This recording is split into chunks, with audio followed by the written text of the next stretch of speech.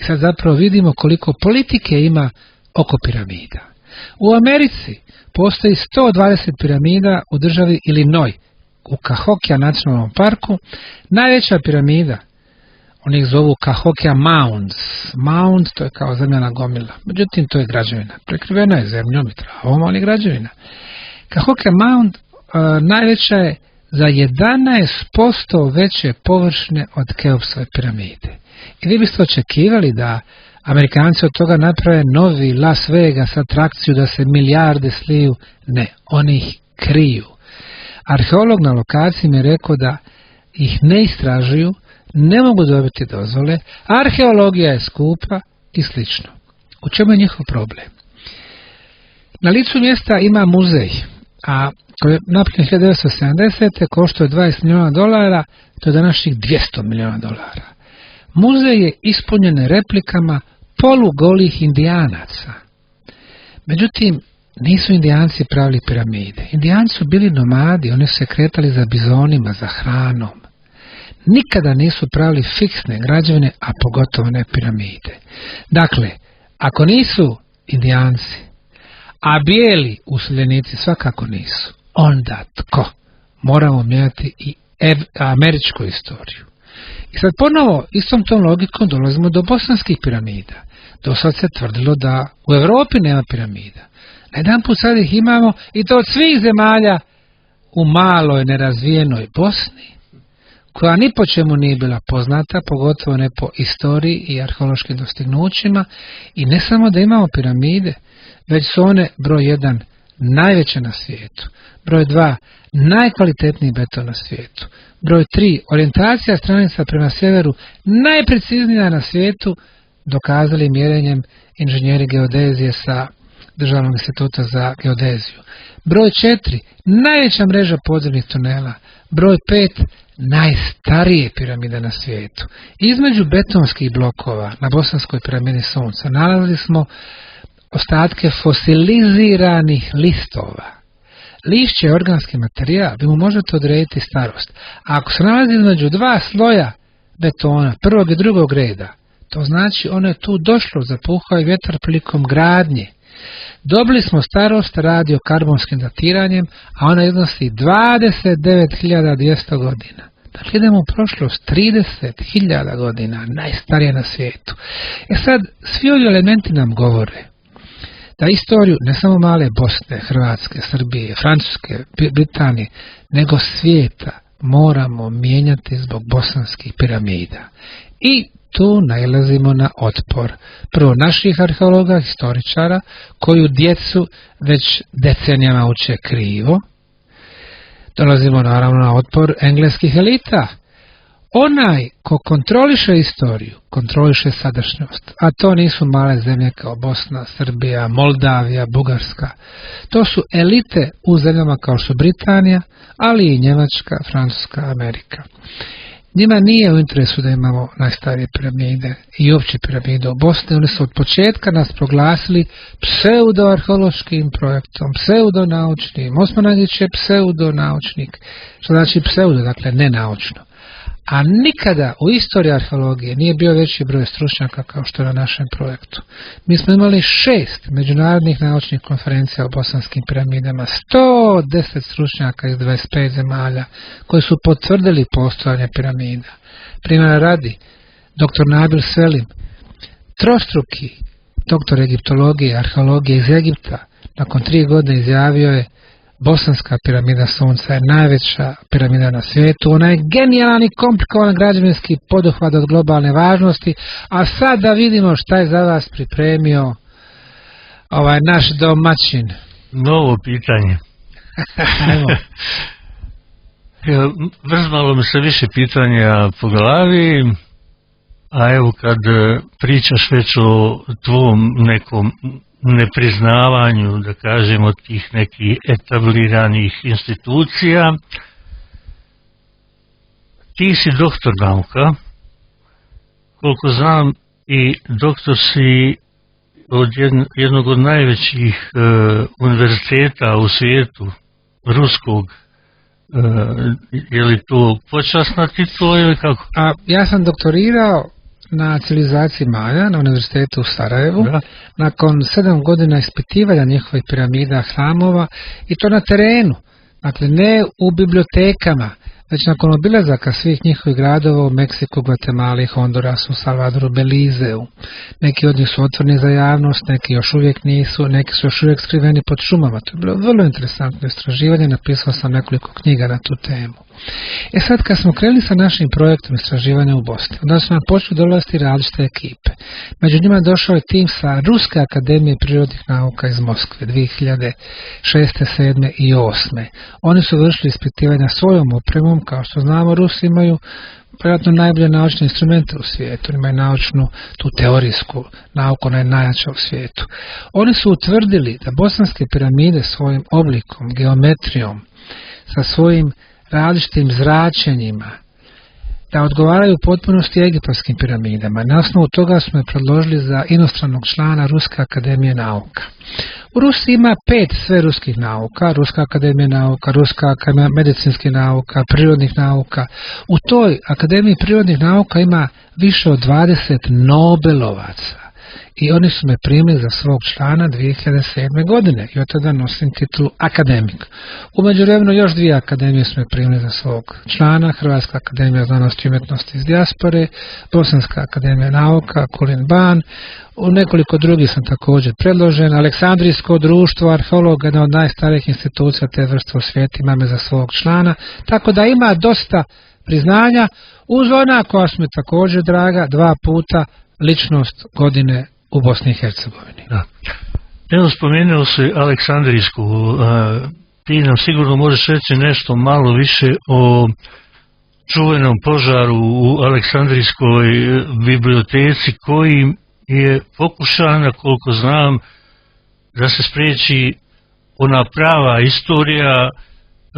Sad trenutno znam da se prikazuje na Al Jazeera zlatno doba, ili tako nekako se zove, arapske nauke, i tu se faktički može vidjeti da je maltene 90%, pogotovo iz oblasti medicine, astronomije i tako dalje, pronalazaka ponovno pronalaženo od strane Engleza i tako čisto kažeš ti jačih nekih država.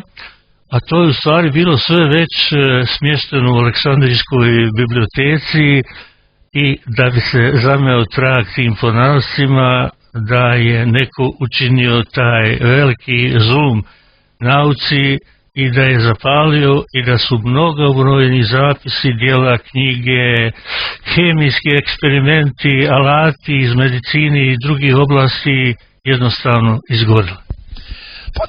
Potpuno si u pravu. Naime,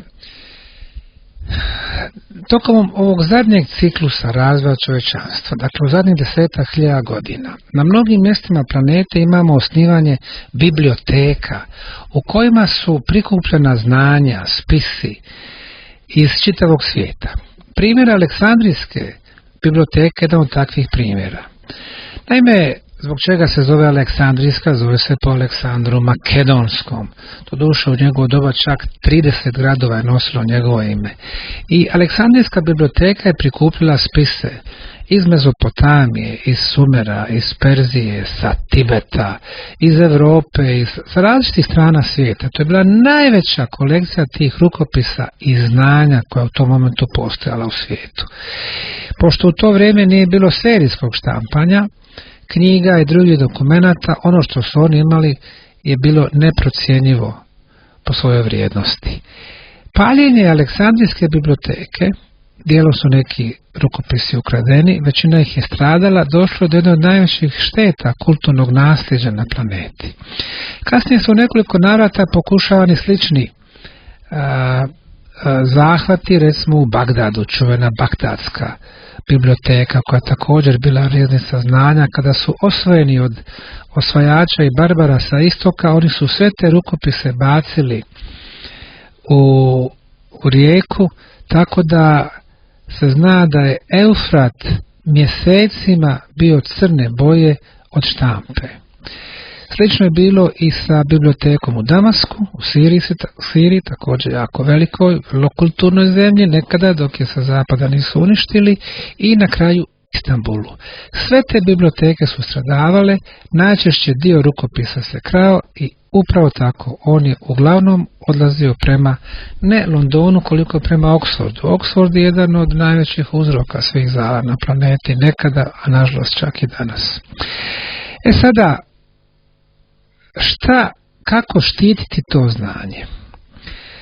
Danas sa našom tehnologijom stvari postaju dosta jednostavnije. Ja očekujem da će se vještačkom inteligencijom, ukoliko ne bude kao što do sada jednostrana, da će biti puno lakše doći do vrlo dubokih i značajnih znanja, ali pri tome ono što vidim kako se u zadnjih nekoliko decenija tretira istorija arheologija vrlo je tužno.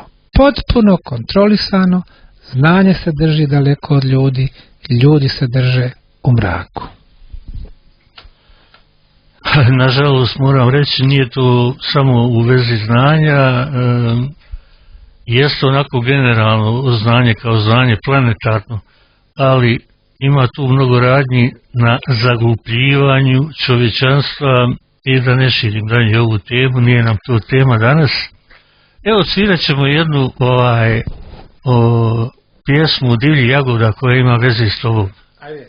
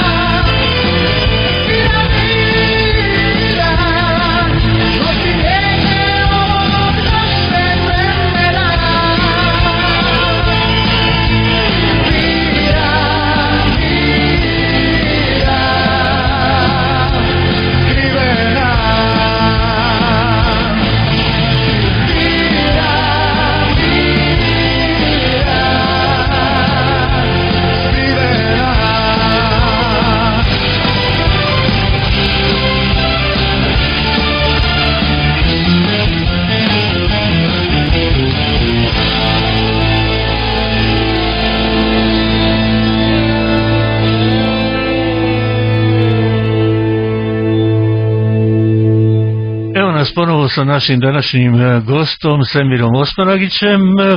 Nastavit ćemo temu, najbolje da smo ovo nazvali sva svjetska čuda.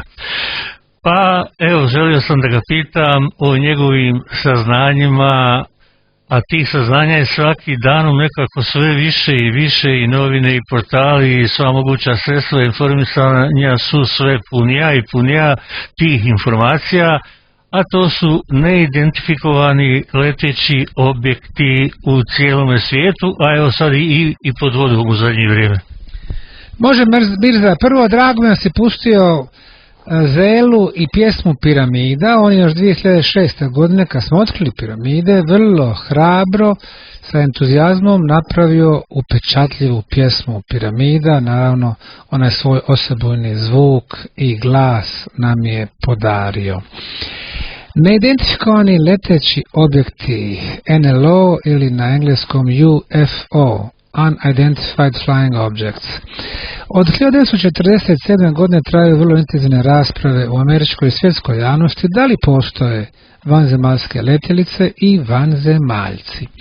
Pošto sam ja naučnik, istraživač, baziram svoje teze na osnovu dokaza, argumenata, evo šta ja mogu reći za kratko vrijeme. 1947. izgleda da je došlo do jedne svemirske nezgode koja se desila na tlu SAD-a i tamo je kod mjesta Roswell došlo do pada jedne takve svemirske letjelice u kojoj je bilo nekoliko vanzemaljaca, kažu 4 su ustala na licu mjesta, 4. bio ranjen i više od 20 godina je bio živ, s kojima je komunicirano. Amerikanci su onda u oblasti koju su nazvali oblast 51, Area 51, napravili svoju bazu. Ona i danas izgleda na samoj površini vrlo neugledno kao mala baza, ali ima razvijeni kompleks ispod zemlje na nekoliko nivoa gdje se vrše vrlo različita istraživanja, repliciranja te tehnologije koje su pronašli u Roswellu. Da li je to moguće ili ne, čini se da je najbolji odgovor dao jedan američki obavještajac koji je bio na čelu kontraobavještajne službe vojske Sjedinjenih Američkih Država, koji se zvao pukovnik Corso. On napisao knjigu i prvog dana kad je došao na posao, general koji ga je uveo u kancelariju rekao mu je: u ovom željeznom ormaru ima 1/3 artifakata koji su pronađene na vanzemaljskoj letjelici u Roswellu. 2/3 imalo je američko vazduhoplovstvo ili zrakoplovstvo, a 1/3 američka mornarica. Dakle, on je tu 1/3 artifakata, to su bili različiti predmeti, nosio na institute i on u toj svojoj knjizi, koja je u stvari kao dnevnik, bilježi tog i tog datuma u toliko sati, sreo sam se sa direktorom tog i tog instituta, recimo Southwestern Bella i tako dalje, odnio sam mu neku vrst kacige i dao im zadatak, vrlo povjerljiv, da daju teoretsko objašnjenje o čemu je riječ. Nakon 6 mjeseci bi otišao ponovo taj institut, oni bi mu rekli: ova kaciga služe za prikupljanje zraka, svjetlosti u tami, tako da možete i vidjeti u tami, to su ona takozvana zelena svjetla, i onda bi nosio u drugi institut gdje bi im dao zadatak da nađu upotrebu, odnosno ponove sličnu kacigu, ali za vojne svrhe. Izbilja od 60. godina u američkoj vojsci se nalaze te kacige koje prikupljaju svjetlost u mrklom mraku, tako da vi možete s onom zelenom svjetlošću da vidite svoj cilj. To je recimo jedan od artefakata. Bilo ih je mnoštvo, on ih je sve opisao. Dakle, to je čovjek koji nam daje informacije ne iz treće ruke. To nije novinar koji je pričao s nekim koji je znao nekoga. Ovo je čovjek koji je u svojim rukama imao artefakte koje su pripadali civilizaciji ne sa ovog planeta. Naravno, ima dosta takvih svjedočanstava. Imamo svjedočanstva ljudi koji su bili zaposleni u obezbeđenju ispod aerodroma, novog aerodroma u Denveru, u Koloradu. Naime, napravili su novi aerodrom sasvim bez potrebe, jer stari je opsluživao jako puno ljudi, a mogli su kapacitetom još dvostruko više. Napravili su novi. I to je bila samo zapravo dimna zavjesa, jer su ispod tog aerodroma imali ogromne radove, podigli su 13 spratova ispod zemlje. Kažu ti iz obezbeđenja, na prvih 7 nivoa su bili ljudi. Od 8. do 10. su bile zajednički laboratorije i instituti ljudi i vanzemaljaca, a od 11. do 13. su samo bili vanzemaljci. U nekoliko navrata zbog neslaganja dolazilo je do puškaranja, do sukoba između jednih i drugih, a to nam govori čovjek koji je radio na obezbeđenju na 7. ili 8. nivou. Nadalje imamo jednog vrlo interesantnog lika, on je bio kanadski ministar odbrane i to u 2 mandata, 80. godina, koji je, nakon što je završio sa mandatima, bio vođa jedne od frakcija u kanadskom parlamentu, u jednoj jakoj partiji i tako dalje, a kada je napokon penzionisan, onda je javno pod zakljetnom govorio da kanadska i američka armija, koje su kao prst i nokat, tu nema gotovo nikakve razlike, Kanađani tu su potpuno prepustili vojstvo Amerikancima, da je po toj funkciji obilazio svoje američke kolege i da je lično vidio pripadnike 2 različite vanzemaljske civilizacije. Čovjek o tome govori javno. Je li to istina ili nije? Pretpostavljam da jeste, ipak je čovjek vrlo ugledan. I možda još najinteresantnije, pošto živimo u dobu nekakvog straha od uništenja planete, ponovo se aktivirao strah od nuklearnih eventualnih bombi, nuklearnog rata i tako dalje. Taj strah nije nov, on se javljao 70-ih, 80-ih godina, čak i 60-ih kad je bila ona kriza u zaljevu Svinja sa Kubom i Hruščovom i Kennedyom, ali osobito 80-ih godina. I imamo iskustva iz prve ruke američkih oficira iz baza na Aljasci i ruskih oficira. I jedni i drugi su govorili da je u određenom momentu greškom jato ptica zamijenjeno na nebu iznad Aljaske za ruske nuklearne bombe i da su onda Amerikanci aktivirali svoje nuklearne projektile. Dakle, iz silosa su počeli izlaziti rakete, data je naredba za napad. Ono kad gledamo u filmova da 2 oficira stave 2 ključa istovremeno, okrenu istovremeno i jedan i drugi ukucaju svoje šifre. Dobili su dakle saglasnost američkog predsjednika da bombarduju Rusiju i to je bio put bez povratka. Nuklearni projektili su se već digli izvan silosa. Par sekundi prije lansiranja neka nevidljiva sila je zaustavila taj proces, vratila projektile natrag u silose i sami oficiri kažu to je bilo nemoguće bilo kom čovjeku za izvest i oni tvrde da postoje neka vanzemaljska sila koja nas je tada spasila. Ponovo, ja nisam tu bio prisutan, ne mogu tu vjerodostojnost da potvrdim ili negiram, ali kada imate svjedočanstva ljudi iz prve ruke, onda vjerojatno morate da ih uvažite. Hvala na ovome iscrpnom odgovoru. I još jedna misterija ima oko jednog kontinenta koji se zove Antarktik. Pa da nam malo o tome kažeš tvoja saznanja. Za Antarktik možemo gledati iz barem 2 različite vizure. Prva je u zadnjih 10 godina popularne teorije o zemlji kao ravnoj ploči gdje se Antarktika smatra da je to jedan ogroman zid koji opasava ne našu planetu, nego tu ploču, a iza tog zida se kriju neke druge civilizacije, otoci, ostrva i tome slično. Međutim, tvoje pitanje je zapravo nešto drugo. Tvoje pitanje se odnosi na događaj koji se zbio nakon kraja Drugog svjetskog rata. Naime, 1947. godine američki admiral Byrd organizuje vojni pohod na Antarktik. Antarktik je, kao što znamo, na samom jugu planete, ako nam je ovo planeta.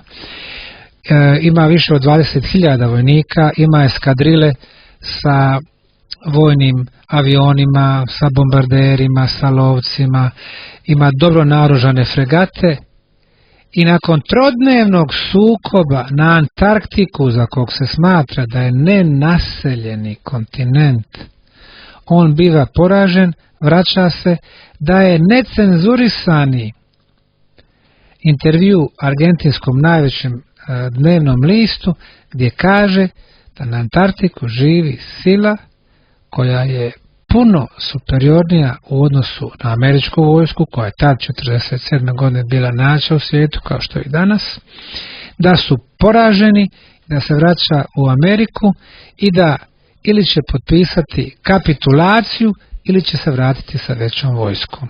Kada se vratio u Ameriku, njemu nije bilo dozvoljeno da otvoreno govori o ovim događajima. Za neko vrijeme i on je završio u mentalnoj bolnici. O čemu je dole riječ? Mi imamo neke izvore sa kraja 19. i početka 20. vijeka, da su ljudi koji bi doplovili do tih dijelova bili u mogućnosti da uđu na samom južnom polu unutar jednog prostora gdje bi se otvarala zapravo druga zemlja koja je bila prepuna zelenila različitih životinja, od kojih su neki uključivali i dinosauruse i tako dalje, da tu postoji civilizacija koja ima svoje svemirske brodove koji nalikuju na ono što mi zovemo letećim tanjirima, koji imaju mogućnost da lete između ove i drugih planeta, da imaju puno razvijenu tehnologiju i tome slično. I na koncu, možda je najinteresantniji, također riječ je o dokazima. 1933. kad Hitler dolazi na vlast, užurbano počnu da šalju svoje brodove prema Antarktiku. I nazvali su jedan dio Antarktike New Schwabenland i tu su počeli da šalju svoje velike brodove sa opremom i tome slično i prema nekim tvrdnjama nakon poraza nacističke Njemačke 1945. u Europi da se vrh nacističke Njemačke zapravo izvukao preko Danske, zatim dakle išli su do aerodroma u Danskoj, tamo su ušli u podmornice, neke od podmornica su zastale u Argentini, navodno je tu Hitler preživio da je tamo doživio smrt, a veći dio je otišao prema Antarktiku i da je došlo do jedne fuzije između te civilizacije i nacizma i da zapravo od tada oni vrše ključni utjecaj na mnoga politička kretanja u svijetu. Kao što znamo, kada je CIA, koja danas i već 70 godina najmoćnija svjetska obavještajna agencija, kada je ona osnovana, više od polovice članstva bili su Njemci, mladi njemački špijuni koji su izvrsno govorili osim njemačkog i engleski jezik. Ako je to istina, onda sve ovo o čemu nam govore danas u medijima i tako dalje je zapravo netačno, a pogledamo li Europu i Europsku uniju, ko vlada Europskom unijom? Najmoćnija zemlja Njemačka. One ciljeve koje nisu ostvarili tada u Drugom svjetskom ratu, ostvarili su u miru. Gdje se štampa euro, najmoćnija valuta? Ne štampa se u Briselu, u Belgiji, koji je centar izvršne vlasti. Ne štampa se u Strasburu, koji je centar parlamentarne vlasti u Europi, već se štampa u gradu, sjedište već 250 godina ima Rothschild familija. Rothschild, dakle Njemačka porijeklom, a to je u Frankfurtu. I ko ima većinu akcija u Europskoj centralnoj banci? Ako mislite da imaju nacionalne centralne banke, varate se, to su privatne banke kao što su Rothschild Frankfurt, Rothschild Pariz, Rothschild London, Rothschild Barcelona, Rothschild Napolj. Prema tome svijet je zapravo puno drugačiji nego što mi mislimo, ali nam kroz medije, čiji su također vlasnici ove veliki elite, serviraju druge priče. Međutim, mi ispričali smo sve druge teme. Bosanske piramide, dakle poziv svima da nam dođu u visoko oazu kulture, mira, slobode, volontera, umjetnosti, sporta. Novakovi tereni su tamo, dođite, uživat ćete, bit će nam super. Evo pitanje odmah o Novaku.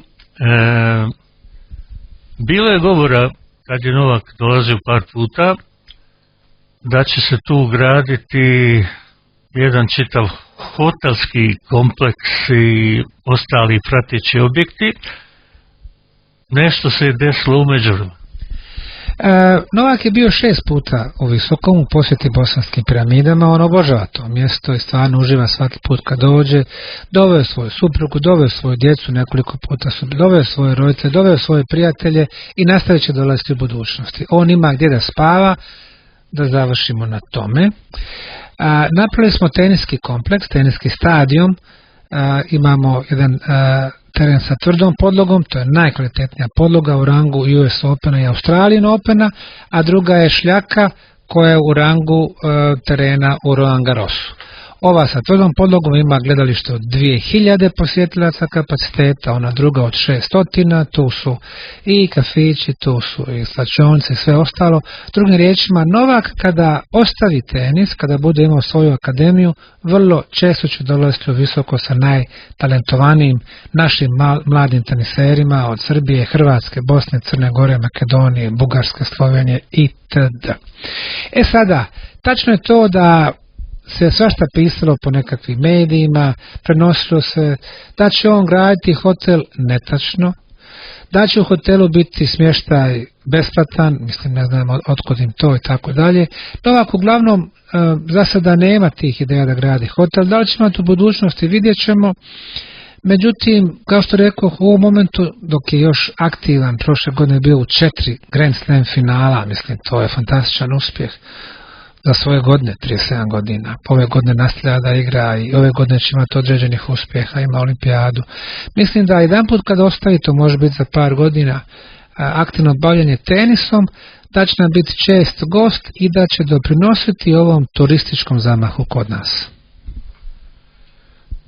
Da li ti poslije ovoliko godina rada na visočkim, da ih nazovem piramidama, piramida sunca, mjeseca i tako dalje, da li još uvijek imaš neku nadu da bi se mogao pronaći neki mecena, neki financijer, da se otkopa ta naša piramida, da se možda čak, mada ko zna koliko će trajati taj proces ulaska Bosne i Hercegovine u Europsku uniju, ali eto da kažem, pošto su to neki sve radovi koji traju decenijama, da li će se pojaviti samim tim ulaskom interes i Europske unije, možda da na neki način i oni doprinesu sa nekim parama ili sa već ne znam čime? Prvo ću na to pitanje dati odgovor. Mi smo u proteklih 18-19 godina se nekoliko puta obraćali zemljama Europske unije, išli na IPA fondove, na ambasade iz EU-a u Sarajevu i tako dalje. Oni su nam otvoreno rekli sljedeće: vaš projekt je interesantan jer privlači turiste, ali vi hoćete da mijenjate istoriju i zbog toga nećete imati našu podršku. Prema tome, ako Bosna uđe u EU, prva stvar koju će zaustaviti bit će ovaj projekat. Jer ono što mi radimo, mi zapravo s ponosom se osvrćemo prema našoj istoriji. Male zemlje kao su Bosna, Hrvatska, Srbija, prije Jugoslavija, one su totalno bile u jednom iskompleksiranom položaju u odnosu na svijet. Našu istoriju ne pišemo mi, piše nam Berlin i Beč, Vatikan i London, Istanbul, dakle naši osvajači. Prije 2000 godine to je bio antički Rim i antička Grčka. Sve što su napisali iskrivili su. Naša istorija nije od Slovena prije 1400 godina. Naša istorija je desetine hiljada godina unatrag. O tome ja govorim. Naši sjajni megalitne građevine, kao što megalitni zidovi, slično onima u Meksiku ili Peru, u Aseriji Varvari, u Dalmaciji, u Daursonu, kod nas kod Stoca, Meteon, kod Podgorice, prve astronomske observatorije, Kokino i Cocev kamen u Makedoniji, prva kultura na tlu Europe, Lepenski vir, Srbija, prva civilizacija u Europi, Vinča, Srbija, druga civilizacija u Europi, Starčevačka, Slavonija. Zatim imamo Vučedol, imamo Butmir. Mi smo hiljade godina prije tog razvijenog zapada, antičke Grčke, antičkog Rima, imali civilizaciju ovdje. A oni su ih uništili sa zapada i još nam pišu naše knjige.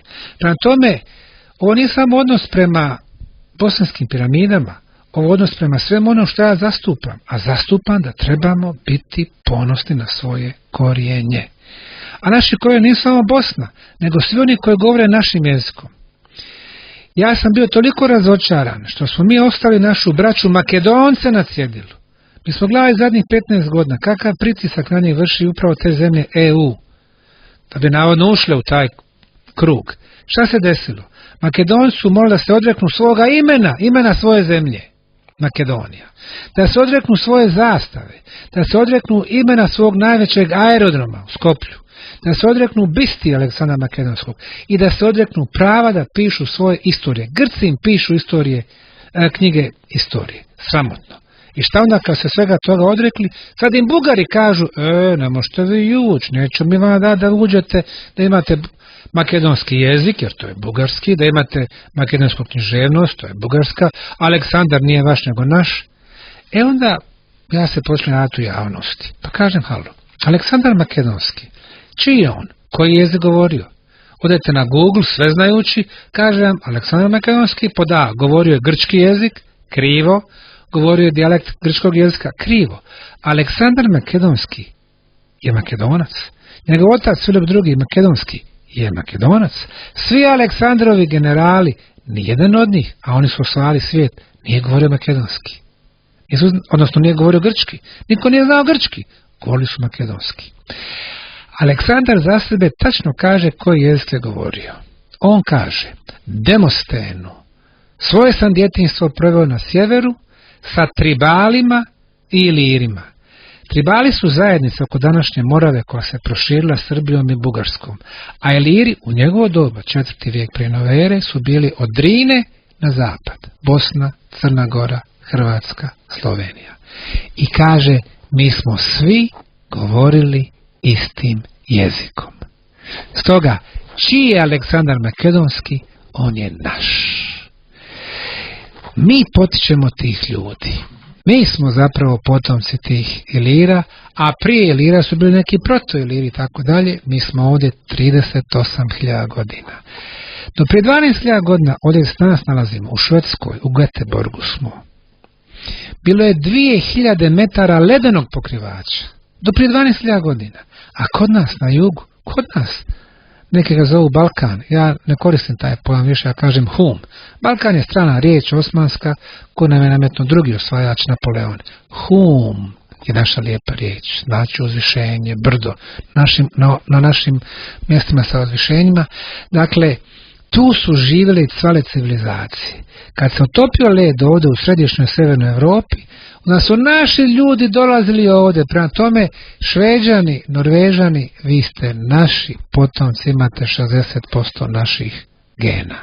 To su istine koje nećete sresti u školama, o kojima ne pričaju čak ni naši takozvani stručnjaci i koji mene najviše napadaju. A to je sasvim jedno logično ako čovjek jednostavno razmišlja svojim mozgom, a ne prihvata ono što samo pročita i ko zna ko je to pisao. Dakle, ako smo utvrdili da je Bosanska piramida Sunca stara negdje oko 30.000 malo manje godina i to neoborivim dokazima, tehnikom najsavremenijom, znači tu je živjelo domicilno stanovništvo prije 30.000 godina. Zašto? Zato što je tada prije toga bilo ledeno doba. I ovi krajevi ovdje kao što reče malo prije Švedska, Danska, Njemačka i tako dalje, su bili pod ledom. Civilizacija se razvijala u južnim krajevima, u Sredozemlju i u našim krajevima, kao što se spomenuo već i Vinču, jedna od najvećih civilizacija iz tog perioda, pa zatim Aleksandar Makedonski, pa je ta piramida Sunca i ostale piramide. Kad ćemo još o našoj bosanskoj istoriji, da nam nešto kažeš malo o onim kuglama u Bosni. Bosna je prepuna arheoloških čuda. Dakle, piramide, megalitne zidine u Daursonu. A onda u zadnjih 20 godina izučavam još jedan fenomen, kamene kugle širom svijeta. Prve su nađene i dobile su neku pažnju 40. 50. godina prošlog vijeka u Kostariki. Kostariki ih je nađeno 398, dostižu do 20 tona od vrlo čvrstog materijala koji se zove granodiorit. Bili su na 4-5 metra dubine. Na zapadu Meksika vulkanske kamene kugle 25 do 30 tona dostižu, a onda ih u međuvremenu su pronađene i u Argentini, u Novom Zelandu, u Sibiru, Antarktika, ima ih i u Srbiji, ima ih i u Hrvatskoj, ali ih najviše do sada ima na tlu Bosne i Hercegovine. Našli smo ih na više od 20 lokacija. Vareš, Kakanj, u blizini Tuzle, u blizini Banja Luke, sela Trn i Slatina, Bosanska Gradiška, Velika Kladuša, kod Zenice, kod Konjica, ali najviše ih je kod Zavidovića. U Zavidovićima na mjestu koje se zove Duboki potok. 1938 bila je velika oluja, formirala se bujica koja je udarila u brijeg ispod, otvorila ga na neki način i 80 kamenih kugla je tu poispadalo i krenulo sa tokom vode. Dio njih je završio u rijeci Bosne, ali dio ostao tu, u tom kao potoku. Sad ljudi kad su vidjeli kugle, neki su ih uzimali, one koje su bile manje stavljali u svoje bašte i još uvijek tamo stoje. One koje su bile veće, tokom 60. i 70. godina bile su priče da se u kamenim kuglama krije bogatstvo, zlato. Onda su ih macolama razbili skoro sve, ništa nisu našli ni u prvoj, ni u drugoj, ni u trećoj, ali oni su jednako nastavljali i danas ih je samo 5 preživjelo. Unaokolo puno ima ostataka tih starih kamenih kugli, ali ovih 5 vidimo da su perfektno sferične, okrugle, i mi smo radili fizičko-hemijsku analizu tog materijala. Primijetili smo da je 9 elemenata iz uzoraka kamenih kugli identično kao stijenski materijal u blizini, ali jedan element imaju stijene, silicij, koji izostaje kod kamenih kugli. Oni imaju neku vrstu kao krečnjaka koji je služio kao vezivno sredstvo. Onda imaju mangan koji se dan danas dodaje za poboljšanje osobina čvrstoće.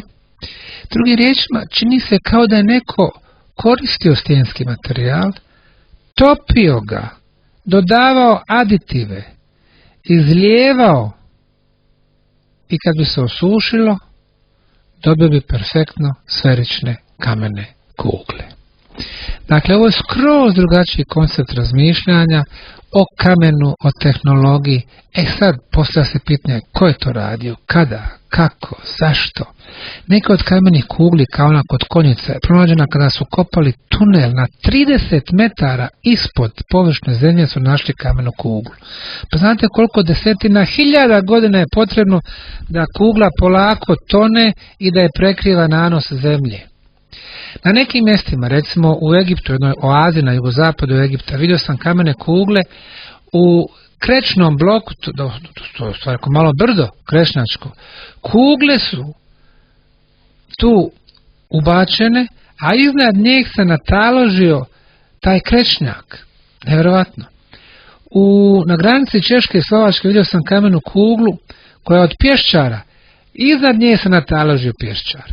A najveća kamena kugla na svijetu koju smo također našli kod Zavidovića 2016. godine ima 37 tona i 340 kg. Iznad nje je bilo jedno stablo. Ispod stabla zemlja. Ispod tamne zemlje svjetla zemlja. Ispod toga ide glina. Tamna, siva obično stara nekoliko desetina hiljada godina. Pa krečnjačke ploče, koliko treba se krečnjak da se kamen nataloži, a ispod njih ta kugla. To znači njihova starost je izuzetno velika. To nema nikakve veze sa svim poznatim civilizacijama, ali to nam govori da je naša planeta, pa što se tiče inteligentnih ruku, puno starija nego što smo mislili. Sada ja kad vidim takve stvari, ja tražim odgovore. Ne mogu se ja ponašati ko naši arheolozi, instituti, istoričari da zatvorim oči zato što nemam objašnjenja pa kažem, to je prirodno. A ne može biti prirodno. Ako nađete granitne kugle kao u blizini Tuzle, pa granit nikad ne dolazi u obliku lopte u prirodi. On se taloži ko stijena. Neko ga je obradio. Taj pješčar neko je obradio.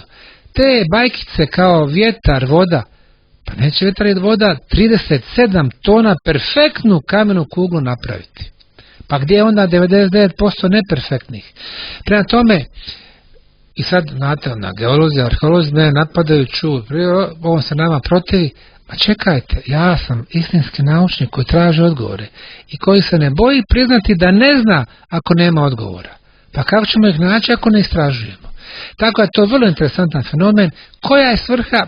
Ja mislim ona kao i bosanske piramide i druge velike piramide u svijetu ima veze sa energijama. Kakve veze? Vi kad postavite piramidu iznad energetski potentne tačke, recimo podzemne vode, oslobađa negativne ione, piramida povećava koncentraciju negativnih iona. Ako je iznad željezne ploče, kao što je također kod nas u visokom, željezo generiše elektromagnetizam, piramida ga pojačava. Kako znamo? Sve smo to mjerili. Sada, četvorostrana piramida je najjači energetski pojačivač na planeti. Drugi najjači je konusni geometrijski oblik. Konusni, dakle obli. Nema stranica, već su obli, kružni. To se u arheologiji, recimo konusno vještačko brdo, uzvišenje, naziva tumulus. Imamo čitav niz tumulusa, imamo ih u Britaniji, imamo, ja sad sam ovdje kod Upsale, Gamla Upsala. To su tumulus do tumulusa, nekad ih je bilo 3000. Dakle, tumulusi također imaju vrlo jak energetski učinak, pojačavaju energije, a treći je kugle.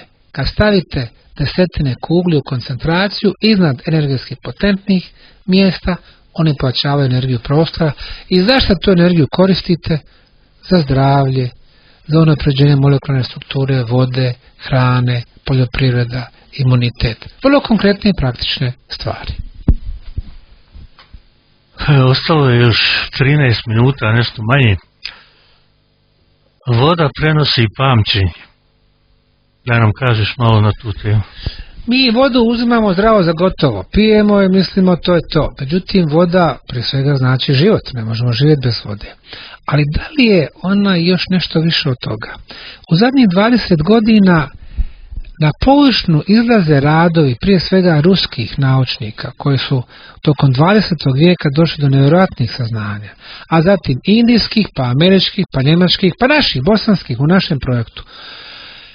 Vi kada zamrznete različite uzorke vode na -20, uslikate kroz elektronski mikroskop, možete primijetiti da voda ima različitu strukturu.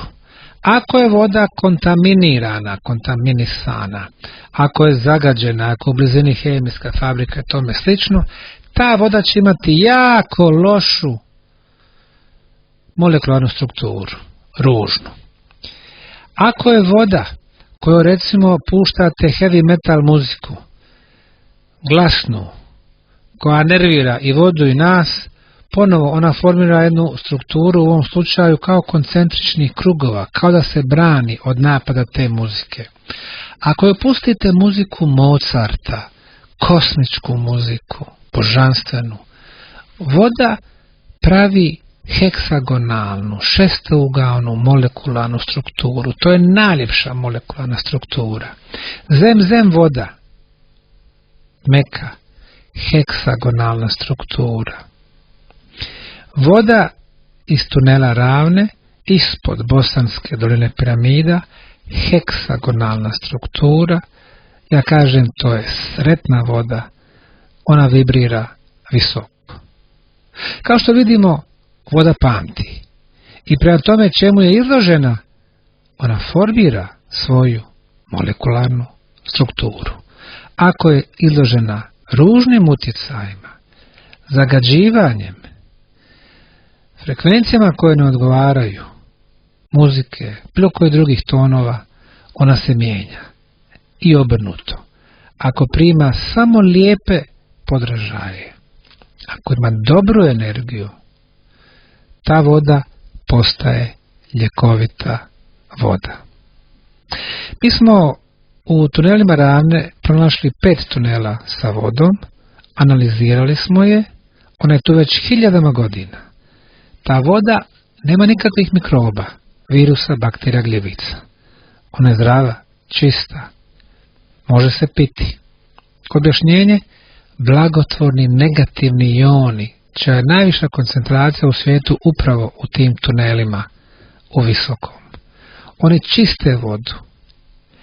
A drugi energetski fenomeni omogućavaju da ta voda vibrira visoko.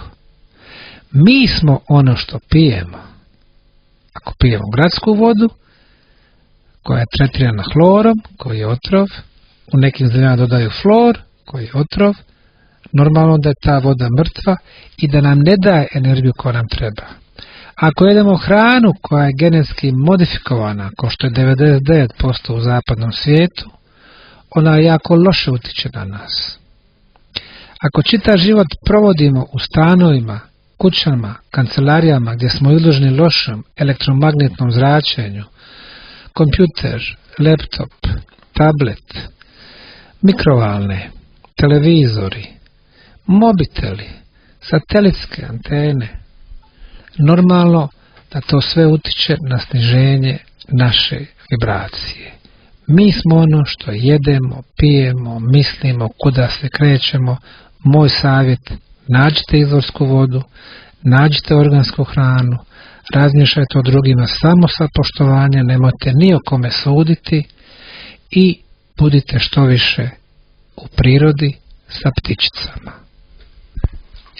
Semire, od srca ti hvala u moje ime i u ime svih slušalaca radija M. Göteborg koji nas slušaju ovdje u Göteborgu putem FM 103,1 i koji nas slušaju u cijelom svijetu putem interneta od najbližih država Norveške, pa zatim Danske, pa Njemačke, pa Austrije, pa Francuske, sve do naše Bosne i Hercegovine, pa onda idemo malo preko okeana do Sjedinjenih Američkih Država gdje imamo velike grupe naših ljudi koji su se silom prilika preselili preko okeana. Hvala ti od sveg srca još jedan put, zaista što si dao iscrpne odgovore na sva naša pitanja i želim ti puno sreće u tvom radu, u tvom projektu, kako tebi, tako i tvojoj porodici i želim ti puno uspjeha u buduće. Hvala velika, sve dobro, dođite nam u Visoko.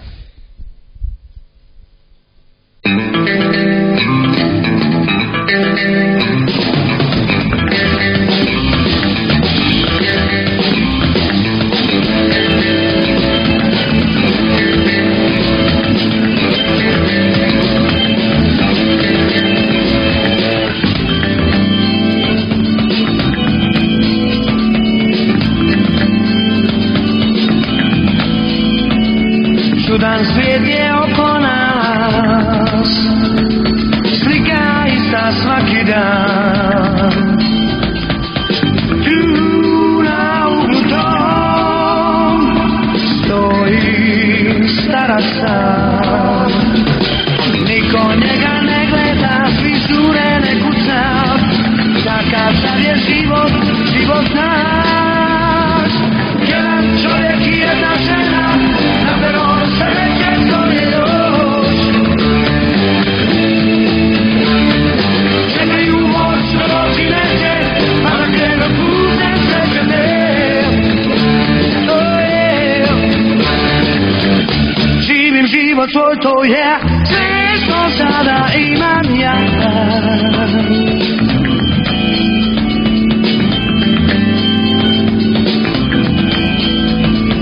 Čudan svijet je oko nas,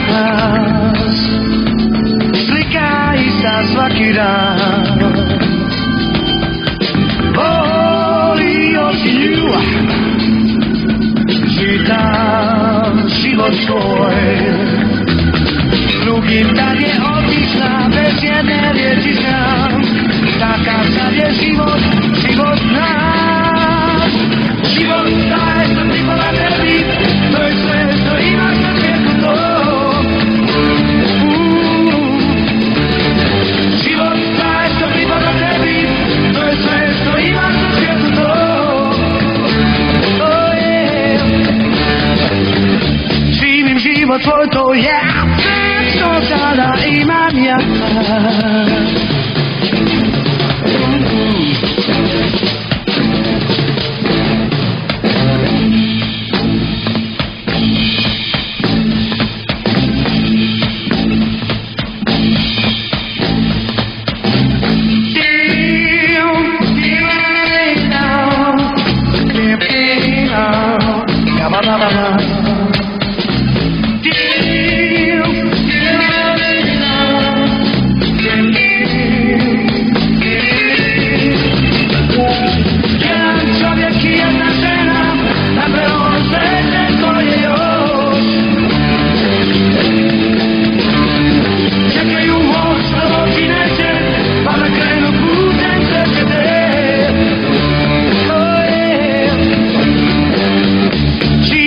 život tvoj, to je sve što sada imam ja.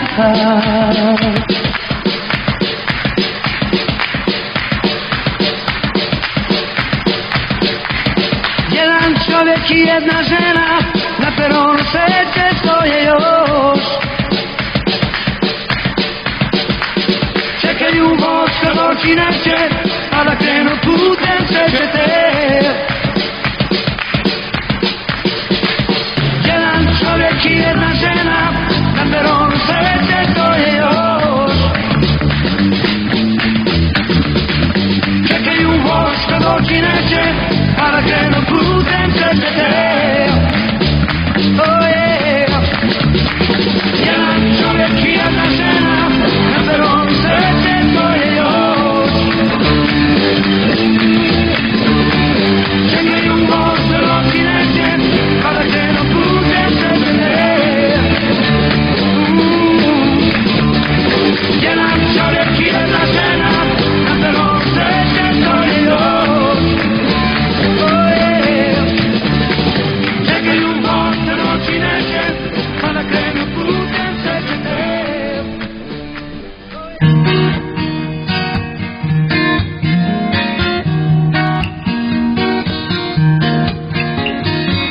Kad jednom ne bude nas, kad nam se izbriše trag, negdje će pisati šta si meni bila ti.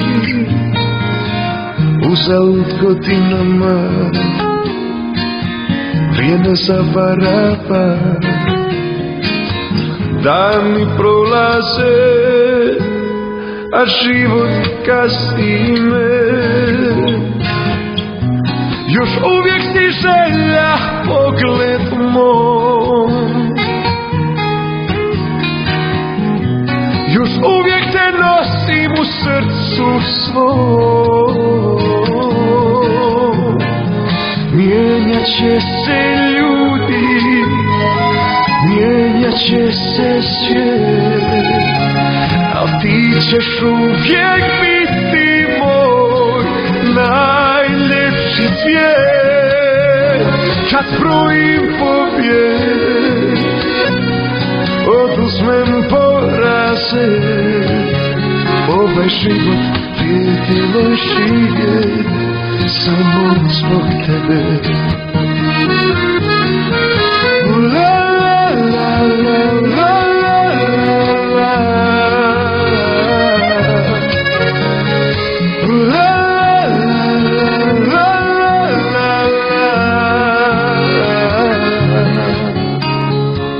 Ponekad odlutam,